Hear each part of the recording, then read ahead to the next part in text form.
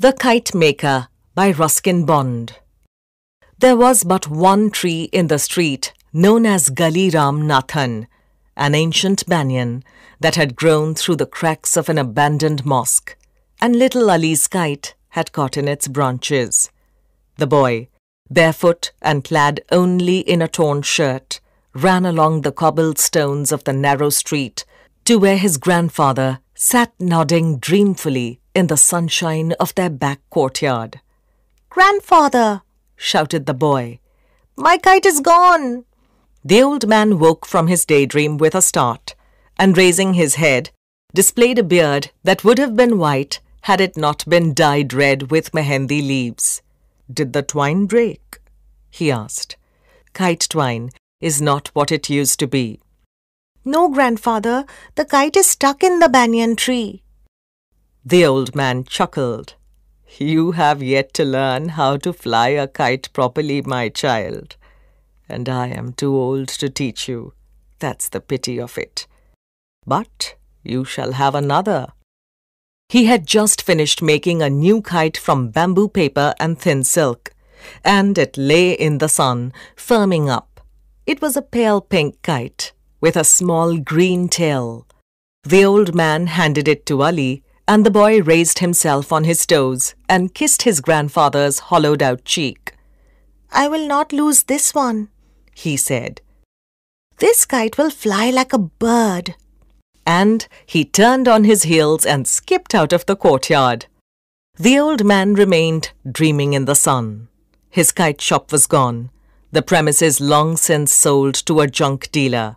But he still made kites, for his own amusement and for the benefit of his grandson Ali. Not many people bought kites these days. Adults disdained them, and children preferred to spend their money at the cinema. Moreover, there were not many open spaces left for the flying of kites. The city had swallowed up the open grassland that had stretched from the old fort's walls to the river bank. But the old man remembered a time when grown men flew kites and great battles were fought, the kites swerving and swooping in the sky, tangling with each other until the string of one was severed. Then the defeated but liberated kite would float away into the blue unknown. Kite flying was then the sport of kings, and the old man remembered how the Nawab himself would come down to the riverside with his retinue to participate in this noble pastime.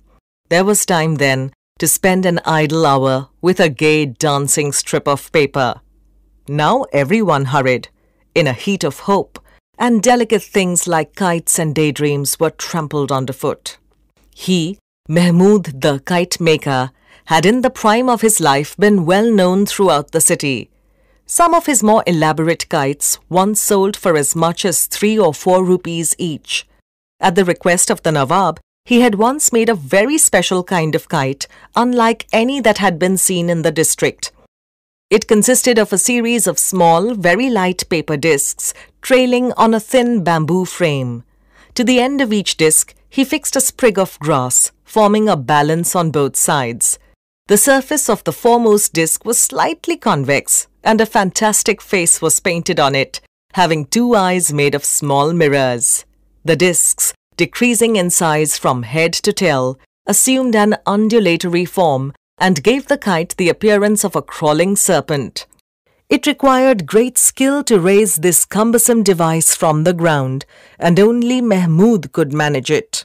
Everyone had heard of the dragon kite that Mahmud had built, and word went round that it possessed supernatural powers.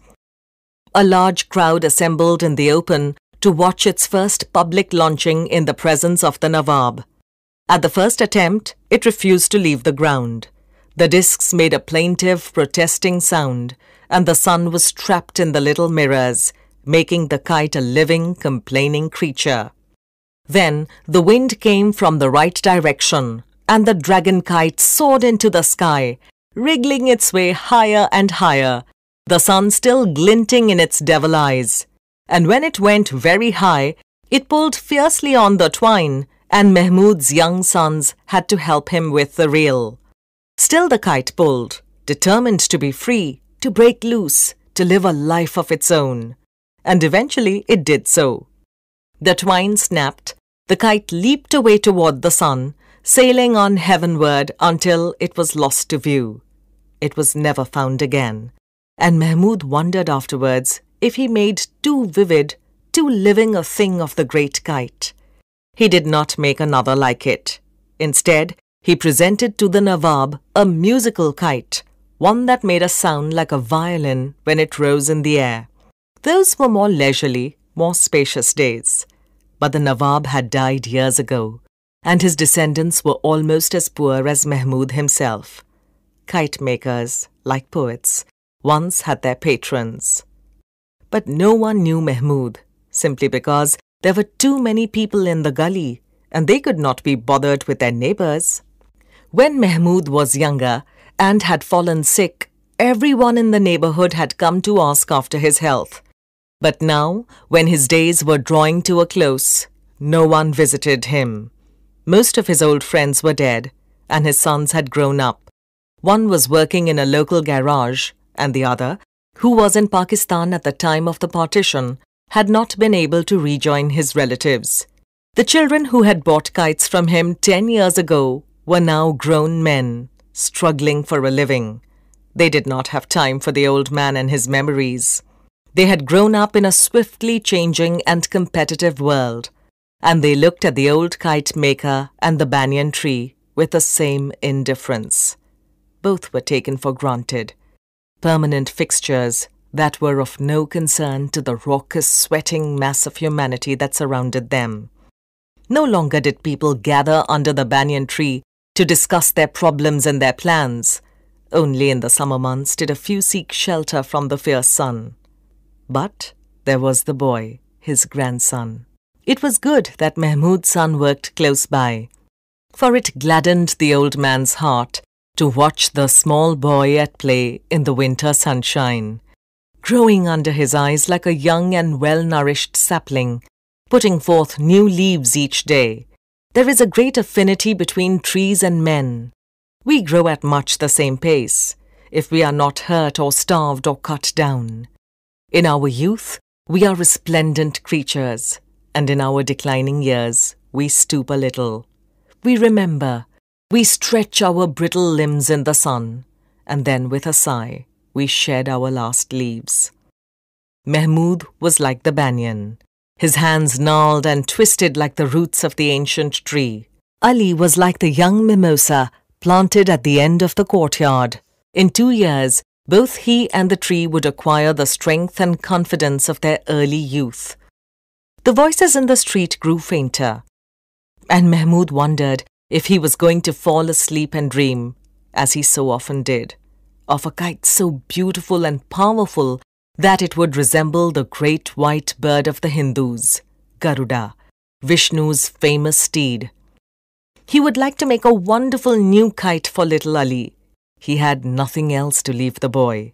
He heard Ali's voice in the distance, but did not realize that the boy was calling him. The voice seemed to come from very far away.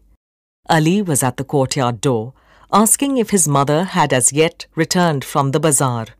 When Mahmud did not answer, the boy came forward, repeating his question.